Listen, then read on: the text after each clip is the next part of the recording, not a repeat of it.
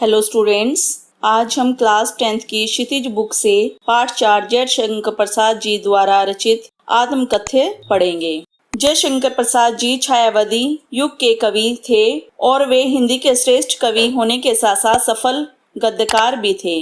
जयशंकर प्रसाद जी से हिंदी पत्रिका हंस के एक विशेष अंक के लिए प्रसाद जी के मित्रों ने उनसे आत्मकथा लिखने के लिए कहा। तब जयशंकर प्रसाद जी कविता के माध्यम से यह बताना चाह रहे हैं कि उन्होंने आत्मकथा क्यों नहीं लिखी। चलिए स्टार्ट करते हैं।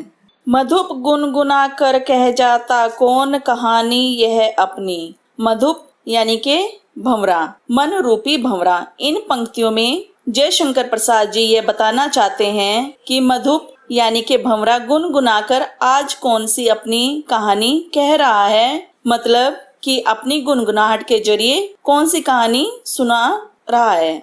मुरझा कर गिर रही पत्तियां देखो कितनी आज घनी, कि आज ऐसा कौन सा दुख उसने यानी कि भंवरे ने बता दिया कि पत्तियां भी पौधों से मुरझाकर नीचे गिर रही हैं। यहाँ भंवरे से मतलब कवि के मन से है, यानी कि उन्होंने मन को भंवरा रूपी माना है और आज उनका मन दुखी है। उनके पास कुछ भी बताने के लिए नहीं बचा जो दूसरों को बताया जाए। इस गंभीर अनंत नीलिमा में असंख्य जीवन इतिहास। कवि जी यहाँ पर बताना चाहते हैं कि जो गंभीर और जिसकी कोई सीमा ना हो, यानी कि अनंत हो, नीले रंग का, यानी कि यहाँ पर आकाश को बताया गया है कि बहुत से लोगों ने अपनी आत्मकथा यानी कि लिखाई हुई है। जीवन इतिहास यानी कि आत्मकथा लिखाई हुई है और वहां पर दर्ज करा रखी है। यह लोग करते ही रहते अपना व्यंग मलिन उपहास, और ऐसे लोग अपनी आत्मकथा लिखकर और दूसरों को बताकर अपना मजाक बनवाते रहते हैं। यानी कि मेरे पास ऐसा कुछ भी नहीं है कि जिससे मैं दूसरों को बता सकूं। तब भी कहते हो कह डालूं दुर्बलता अपनी बीती। कवि कहते हैं कि इतना सब सुनकर भी तुम, यानी कि कवि के मित्र, कवि उनसे कहते हैं क्या अब भी तुम अपनी, यानी कि क्या मैं अब भी अपनी बीती बताऊं और अपनी दुर्बलता यानी कि कमजोरियों को दूसरों को बताऊं और जिससे दूसरे मेरी मजाक बना सके। तुम सुनकर सुख पाओगे देखोगे यह गागर रीति, यह जानकर तुम क्या सुखी रह पाओगे। यानी कि अगर मैं अपनी आत्मकथा बता भी दूं तो क्या यह सुनकर तुम सुखी रह पाओगे। मेरा जीवन तो एक खाली घड़े के समान है, यानी कि उस गागर रीति मतलब खाली घड़ा, उस खाली घड़े के समान है जिसमें कुछ नहीं है। इसी तरीके से मेरे जीवन में भी कुछ नहीं है। किंतु कहीं ऐसा ना हो कि तुम ही खाली करने वाले, अपने को समझो मेरा रस ले अपनी भरने वाले।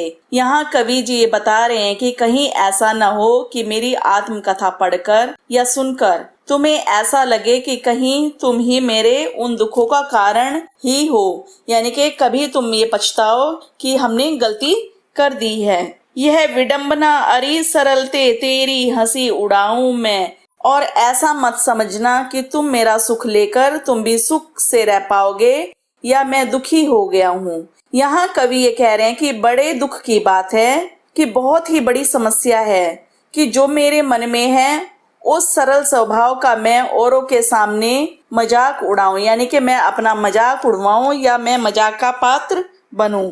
भूले अपनी या प्रवंचना औरों को दिखलाऊं मैं, या फिर अपनी भूलों को बताऊं, यानी कि आत्मकथा में लिखने के लिए तो मेरे पास कुछ नहीं है। या तो मैं आत्मकथा जब लिखूं तो या तो मैंने जो भूल की है उसको बताऊं या फिर दूसरों की कमियों को बताऊं। अर्थात आत्मकथा लिखने के लिए मेरे पास कुछ नहीं है, लेकिन उसमें कुछ ना कुछ तो होना चाहिए। उज्जवल गाथा कैसे गाऊं मधुर चांदनी रातों की। कवि बता रहे हैं कि यह सब नहीं लिख सकता, यानी कि जो उन्होंने मधुर चांदनी रातों में अपनी प्रेमिका से बातें की थी उन बातों को वो सबके सामने नहीं बताना चाहते और उस गाथा को वो किसी के सामने भी नहीं बताने की हिम्मत रखते, तो वो ऐसी उज्जवल गाथा को कैसे कह सकते हैं या बता सकते हैं। और खिलखिलाकर हंसते होने वाले उन बातों की। और वे जो बातें थे दोनों साथ मिलकर किया करते थे और खिलखिलाकर हंसते थे, तो उन बातों को जो उनकी प्राइवेसी है, उन बातों को मैं कैसे बताऊं। और ये तो उनके लिए कुछ खास ही पल थे। मिला कहाँ वह सुख जिसका मैं स्वप्न देखकर जाग गया। कवि कहते हैं कि उन्होंने कुछ सपने देखे थे, लेकिन वे सपने पूरे होने से पहले ही टूट गए, अर्थात अधूरे रह गए। आलिंगन में आते आते मुस्कुरा कर जो भाग गया। और ऐसा लगता है कि जब मेरे वो सपने टूटे, जैसे खाने का टुकड़ा मुंह तक आने से पहले ही नीचे गिर गया। इसलिए उनके जीवन में ऐसा कुछ नहीं है और ऐसा कुछ भी नहीं बचा कि वो आत्मकथा लिख सकें। जिसके अरुण कपोलों की मतवाली सुंदर छाया में। और कवि कहते हैं कि कभी कवि के जीवन में ऐसे पल भी आए थे जिसके लाल, यहाँ पे अरुण कपोलों का मतलब है लाल गाल, लाल गालों को देखकर कवि को प्रेरणा मिलती थी। अनुरागनी उषा लेती थी निज सुहाग मधुमाया में। और कवि नहीं चाहते कि जो वो चांदनी भरी रातों की बातें हैं वो किसी के सामने कहें और किसी को बताएं। जिसकी स्मृति पाथे बनी है थके पथिक की पंथा की। इस पंक्ति में ये बताया जा रहा है कि इंसान की यादें ही कवि, यानी इंसान की यादें यहाँ पर कौन है, उनकी प्रेमिका, यानी कि उसकी यादें ही कवि के जीवन के रास्ते का सहारा बनी हुई है। उनके पास यानी कि उन यादों का ही सहारा है। सीवन को उधेड़ कर देखोगे क्यों मेरी कंथा की। और किसी को यह हक नहीं है, यानी कि कवि यहाँ पर बताना चाह रहे हैं कि किसी को भी उन्होंने यह अधिकार नहीं दिया कि कोई उनकी यादों रूपी सीवन अर्थात सिलाई को उधेड़ कर उनके जीवन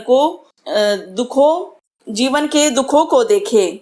छोटे से जीवन की कैसे बड़ी कथाएं आज कहूँ।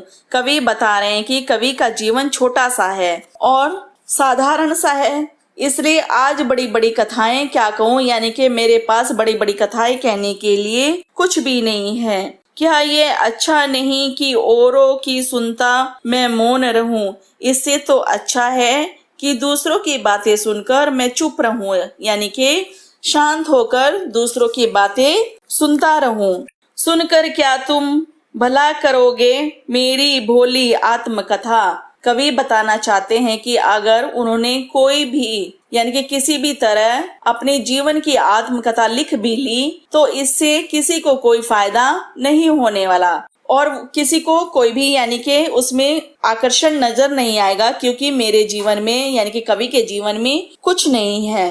अभी समय भी नहीं थकी सोई है मेरी मौन व्यथा। यहाँ पर कवि बता रहे हैं कि अभी उनके पास वक्त भी नहीं है, यानी कि समय भी नहीं है, और वो थक भी चुके हैं और उन्होंने कोई सफलता भी हासिल नहीं की, यानी कि जीवन में कोई सफलता भी हासिल नहीं की जिसके बारे में वो आत्मकथा लिखें, क्योंकि उनके जीवन में कुछ नहीं है, उनका जीवन बिल्कुल खाली है। अब इस कविता में जो काव्यगत सौंदर्य है, आत्मकथ्य कविता में काव्य भाषा की जो विशेषताएं हैं वो इस तरह से हैं। यह कविता छायावादी शैली में लिखी गई है। इसमें उन्होंने खड़ी बोली का प्रयोग किया है। जिसके अरुण कपोलों की मतवाली सुंदर छाया में, जिसके अरुण कपोलों, इसमें इस पंक्ति में कवि ने मानवीकरण शैली का प्रयोग किया है और तत्सम शब्दों का भी प्रयोग किया है, जैसे इस गंभीर अनंत नीलिमा में असंख्य जीवन इतिहास। यहाँ पर क्या है,